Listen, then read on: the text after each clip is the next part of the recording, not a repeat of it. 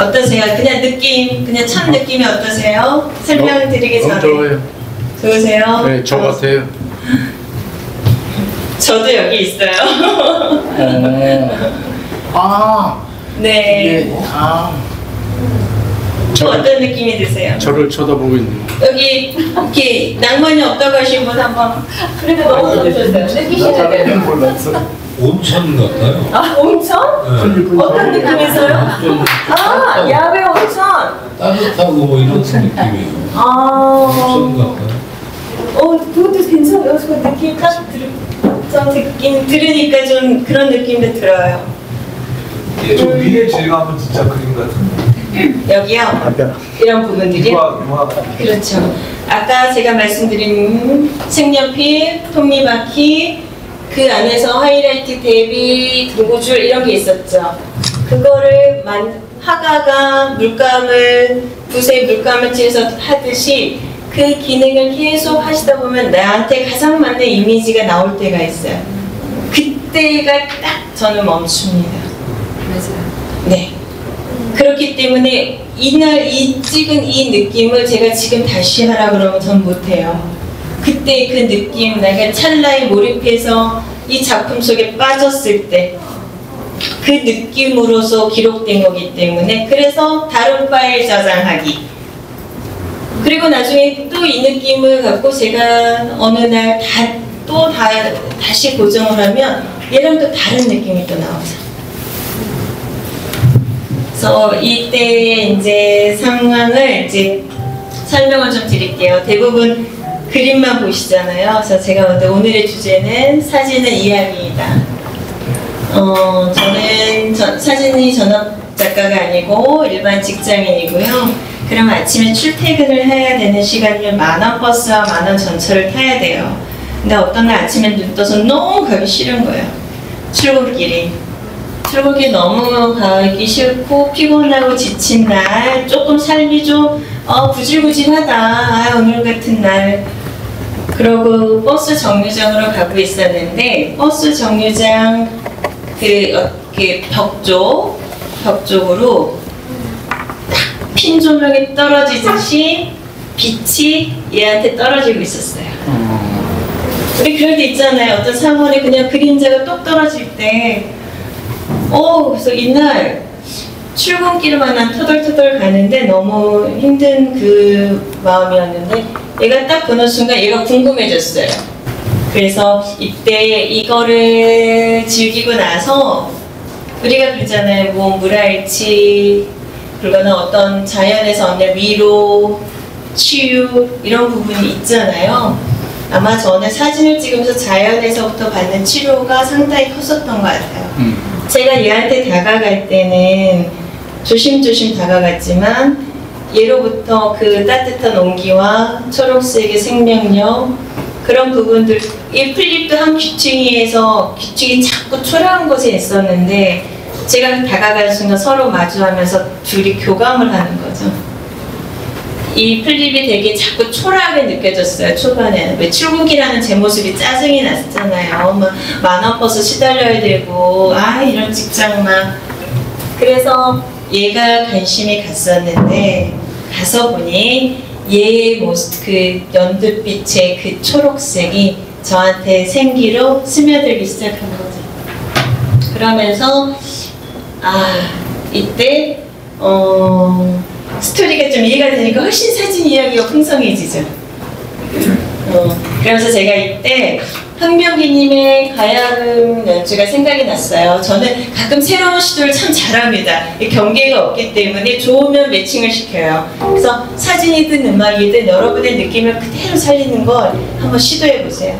제가 한번 연주 한번 들려드릴게요. 한번 상상하시면서 들어보세요. 살금살금 다가가는 거야, 제가 쟤한테. 아주 조심스럽게.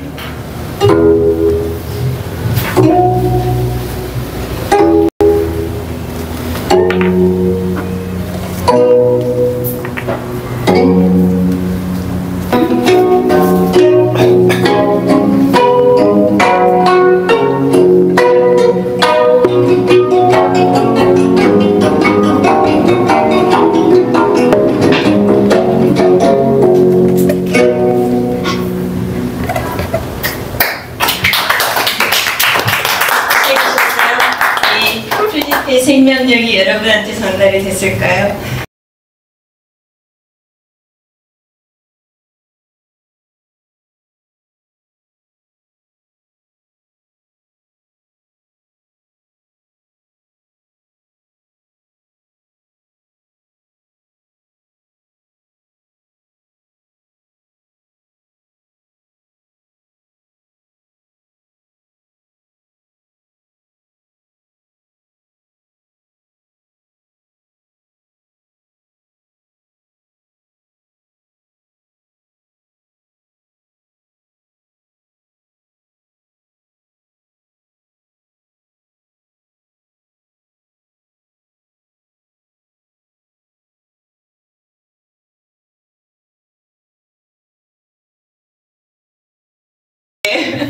좀 더 편안하게 한번 말씀드리겠습니다. 사실은 아까 별의 밤, 별이 진다네. 그때는 아빠와의 일상의 삶으로 제가 핸드폰을 시작한 거예요. 아빠의 그 간병일기, 아빠하고 일상의 그 소소한 것들을 기록하고 싶은 마음에 핸드폰으로 사진을 찍게 됐고요. 그러다 보니까 이제 아빠가 하늘나라로 가시고 나니까 사람의 존재는 뭐지? 인간의 삶과 죽음은 뭐지? 라는 나름의 깊은 좀 고민의 좀 시간이 있었던 것 같아요. 그래서 그때 산책을 많이 하면서 찍었던 그때 사유와 감성이 아까 그 그림자, 두 번째 그림자. 사실은 제가 두 번째 그림자 이미지를 사진을 좀 보정을 하려고 여러 가지를 보여드렸는데 저는 그때 많이 생각했던 게 뭐냐면 내가 나이지만 나의 또 다른 내가 있지 않을까, 미지의 내가 있지 않을까. 그래서 두 번째 그림자라는 의미는 내가 현실을 살고 있지만 사실은 내가 나인 것 같은데 내가 나를 모를 때가 너무 많잖아요. 일상을 바쁘게 살다 보면 눈앞에 일들을 열심히 살지만 어느 순간 되면 내가 누구지? 나는 어떤 존재지? 그런 질문을 했을 때가 아마 그 산책을 하면서 그 마른 낙엽을 봤을 때 그 소멸되어가는 나뭇잎이 너무 애처롭기도 하고, 근데 바람에 막 일렁이는 그 느낌들은 뭔가 또 다른 에너지가 있는 것 같기도 하고, 그런 저만의 사유와 감성이 있었기 때문에 아까 그런 황병기님의 미궁이라는 가야금을 좀 입혔어요. 그건 뭐냐면 우리의 존재가 사실 희노애락이 우리 삶에서 어떻게 좀 표현되었으면 좋겠는지 고민하다가 나온 사진입니다. 그리고 이제 이 파란색 사진은 독일 전문 아트북에서 이 사진을 메인으로 절 소개했더라고요. 독일은 사실은 되게 철학적인 걸 좋아해요. 그래서 독일에 제가 이 사진을 출품했을 때 헤이젠베르크의 낙엽이라는 제목으로 출품을 했습니다. 사실은 이런 작품의 이름을 지을 때 제가 처음에 말씀드렸던 것처럼 사물에 대한 이해, 그 이해에 대한 나의 감성이 들어가면 얘한테 하나의 생명이 불어듯이 이름을 지어줄 수가 있어요. 근데 하이젠베르크의 낙엽은 하이젠베르크가 오펜하이머의 영화에 나오는 그 남자, 그 주인공, 물리학자 얘기예요. 그래서 그분의 이름을 딴 요즘에 제가 좀 관심이 가는 부분 중에 하나가 아까 나는 누구인가라는 고민을 하다 보니까 그럼 나 말고 어떤 또 다른 존재에 대한 미지의 에너지가 있지 않을까, 그런 부분들이 이제 어떤 양자역학이나 어떤 연기설이나 저 나름대로 어떤 사유되는 공부를 좀 하게 되더라고요. 그러다가 이제 이 사진을 보게 되면서 이렇게 찍게 되었습니다. 지금 다 들으셨던 거를 생각하시면서 이게 한번 다시 한번 봐보세요.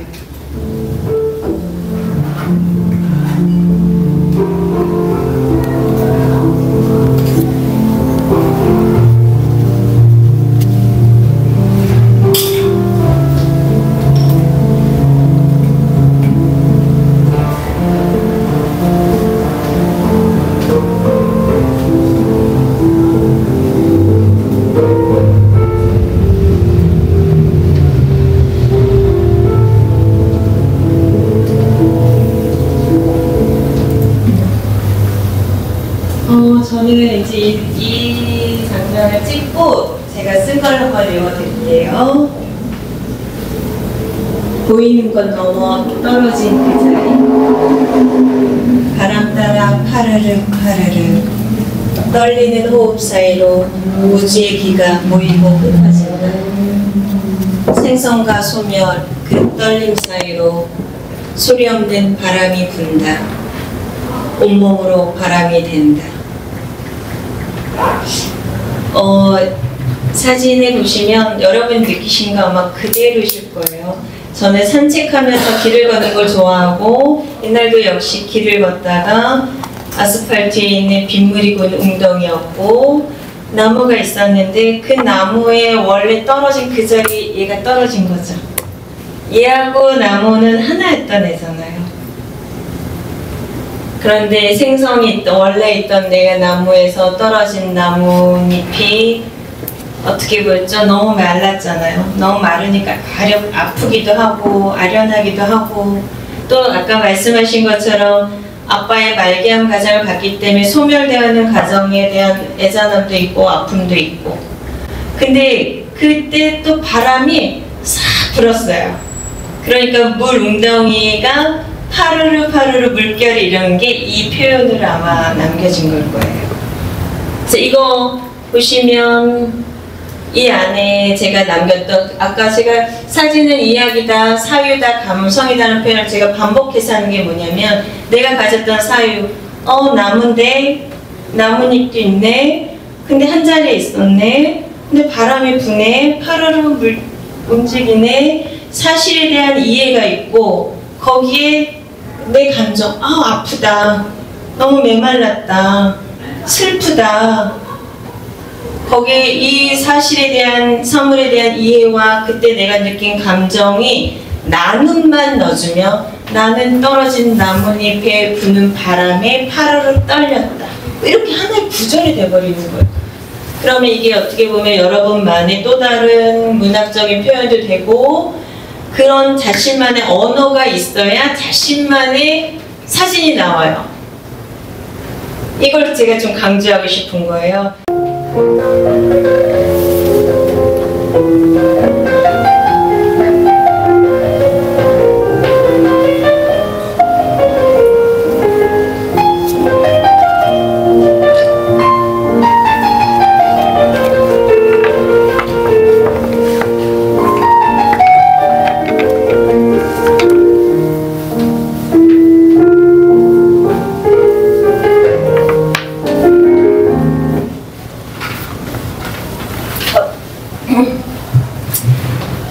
이거는 요번에 가장 최근에 프랑스 루브르 박물관 안에도 여러 가지 전시관이 있는데 거기서 작은 또 국제전이 있는데 이번에는 프랑스에는 이거로 출품을 했습니다.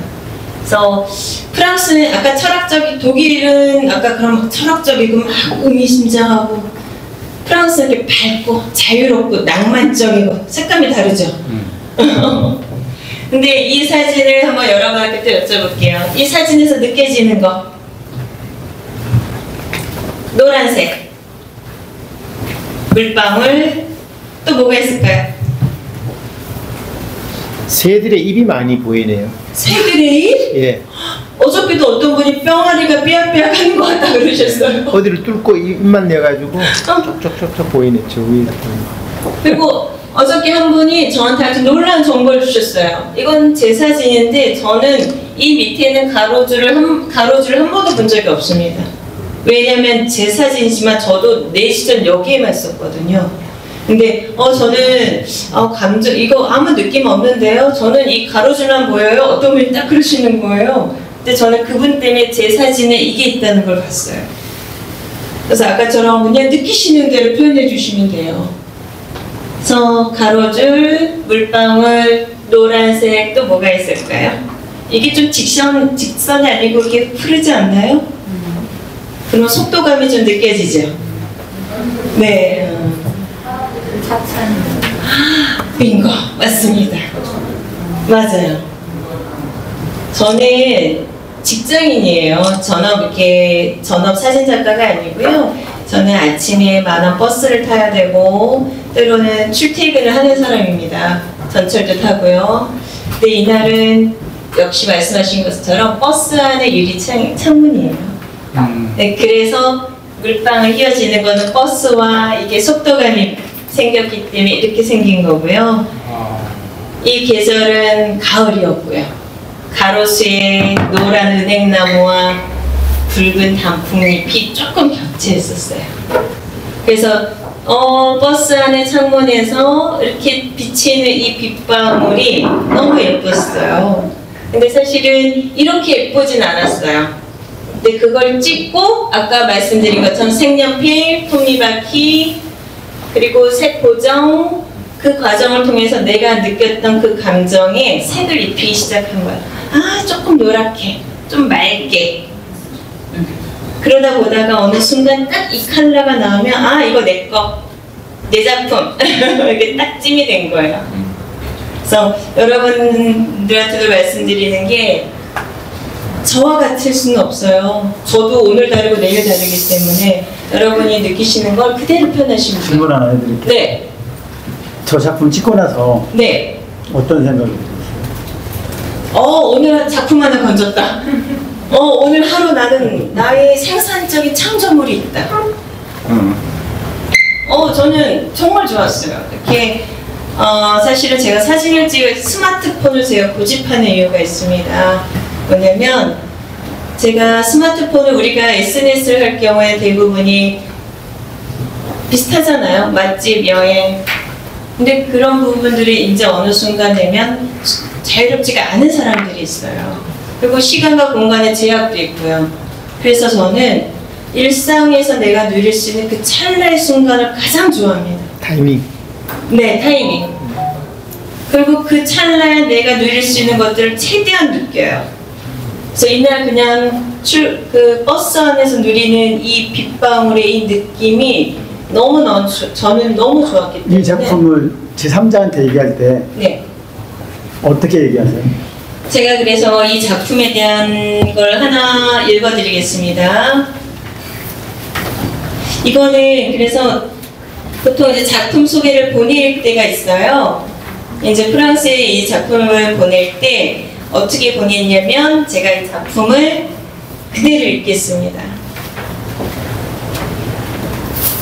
얘의 이름은 하루는 추상화이다. 우리의 삶은 하루로 시작하고 끝납니다. 하루의 시간이 모여 우리가 삶이라고 부르는 예술 작품의 풍경을 만들어냅니다. 하루에서는 기쁨과 슬픔이 교차하고 희망과 절망이 수없이 반복됩니다. 우리는 하루의 캠퍼스의 독특한 삶의 패턴을 그립니다. 나는 예술가의 유화처럼 우리의 삶의 패턴이 예술이라고 생각합니다. 우리가 일상에서 만나는 풍경은 나와 조화를 이룹니다. 출근버스, 도로의 빗방울, 창문의 빗방울, 바람에 떨어지는 물방울, 창밖으로 빛나는 노란 은행나무. 이 모든 시공간에서 우리의 하루는 풍경이 되고 우리의 삶은 예술 작품. 모든 꽃이 시들듯이 청춘이 나이에 굴복하듯이 생의 모든 과정과 지혜와 깨달음도 그때그때 피었다 지는 꽃처럼 영원하진 않으리. 삶이 부르는 소리를 들을 때마다 마음은 슬퍼하지 않고 새로운 문을 걸어갈 수 있도록 이별과 재출발의 각오를 해야만 한다. 모든 시작에는 신비한 힘이 깃들어 있어 그것이 우리를 지키고 살아가는 데 도움을 준다. 우리는 공간들을 하나씩 지나가야 한다. 어느 장소에서도 고향에서와 같은 집착을 가져선 안 된다. 우주의 정신은 우리를 붙잡아 두거나 구속하지 않고 우리를 한 단계씩 높이며 넓히려 한다. 여행을 떠날 각오가 되어 있는 자만이 자기를 묶고 있는 속박에서 벗어나리라. 그러면 임종의 순간에도 여전히 새로운 공간을 향해 즐겁게 출발하리라. 우리를 부르는 생의 외침은 결코 그치는 일이 없으리라. 그러면 좋아. 마음이여 작별을 고하고 건강하여라. 여러분의 삶이 건강하였으면 좋겠습니다. 감사합니다.